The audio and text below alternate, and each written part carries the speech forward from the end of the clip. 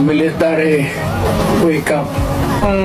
Ang tingin ko ang mas mabigat na problema na dapat malaman ng Pilipino is nag-hemorrhage ang country.